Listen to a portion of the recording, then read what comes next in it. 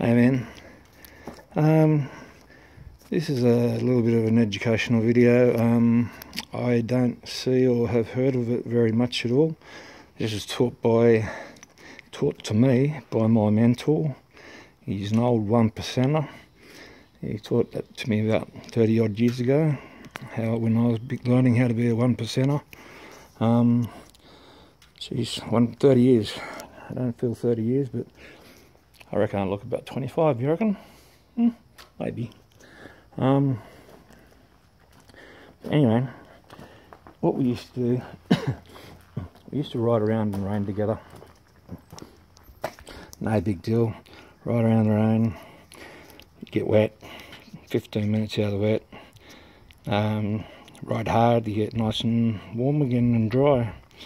But this one day, back then it was also, there were helmet laws, but there were also helmet exemptions, and the law and the cameras and everything, radars and shit, weren't anywhere near as sophisticated as what it is now. So we didn't wear helmets back then. We sort of snubbed the world. But on this day we got caught out in this fucking pissing down rain, and started hailing. Anyone who's been out and riding in a hailstorm, even with their full gear on, knows that it hurts. So we dash into the service station, put our wets on, and I see my old mate. He's now passed over, and he pulls out a roll of this. Actually doesn't pull out that whole box, he just keeps a roll. In Australia here we call it glad wrap or cling wrap, but he pulls out a roll of this. And I don't know, the Americans or whoever country, whatever it is, correct me or let me know what you call it. He pulls out a roll of this. Out of the end of this comes out a pair of underpants and a pair of socks. So I think, okay, he's going to change. He's going to have to fully change. But what he ends up doing is throwing those back in his bag, and he grabs this. And this is already done because I can't do this with the camera. And holding this and wrapping him bars around. So he puts the cling wrap on his apes. I didn't have apes, so until I got a set of apes I wasn't able to use this method, and he just kept wrapping around. Wrapped around 20 odd times. After the hail stopped, it was still pissing down raining quite a bit. We took off, and my old mate here, he was feeling, you could see when he was riding, he was feeling quite comfortable because he was happy. Rain wasn't smashing over him.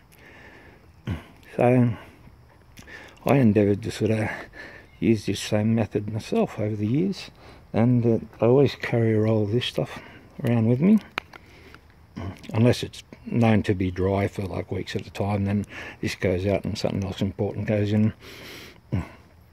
But I have found this, once you wrap it around about a dozen times, you can still see through it. A pair of goggles when it's raining hard, you can't hardly see through them anyway. It's more functional than a screen, because you don't need a screen. I personally don't like screens, I think they look ugly, but everyone to their own. And at 120k an hour, it will stay there and last you for about an hour. In an hour, you just put more fuel in and redo. So that's the story of that. And if you've heard about it, let me know, because the only people I know about, who know about this, is the people in my circle. Nobody else I've ever seen on the side of the road grabbing out their cloud wrap and wrapping them. But yeah, it's just a little trick I thought I'd show you. Now, for a bit of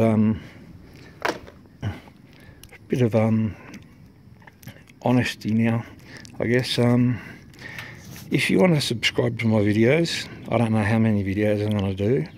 I have a life, so I'm not going to be stressed out and go, oh, I've got to make a YouTube video this week, every week.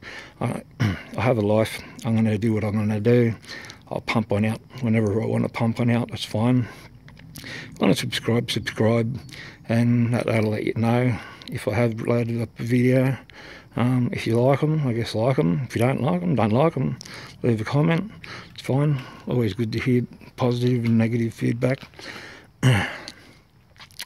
And probably one of the last things is this Patreon stuff here. I really don't know how it works up well, but I see a lot of people with a lot of motorcycles and nice cars and nice houses, and even some of them are smoking cigarettes, and like a packet of cigarettes a day. These days, what, $700-800, $900 for a packet of cigarettes. But the guys out there in YouTube land, they're paying like $10 a week to this Patreonage thing for these guys to make videos for you. I just see something wrong with that. It's your money, you can do whatever you want to do with it. But the way I look at it is there's so many starving children, there's beaten up housewives, there's little kids who've been fiddled with, there's poor people, there's abused animals, there's so many charities out there. Why bother giving? Next time you give this money out, think about what you're actually giving to the world. Are you giving this dude who's got 3, 4, 5 motorcycles and owns a house $10 where he's making $1,000 or $2,000 a week because you're just giving it to him? Or should you be giving it to a different place that actually will bring you good karma back? This is from a 1%er, so they'll say we're dirty scum, but that's my feelings on that Patreon anyway.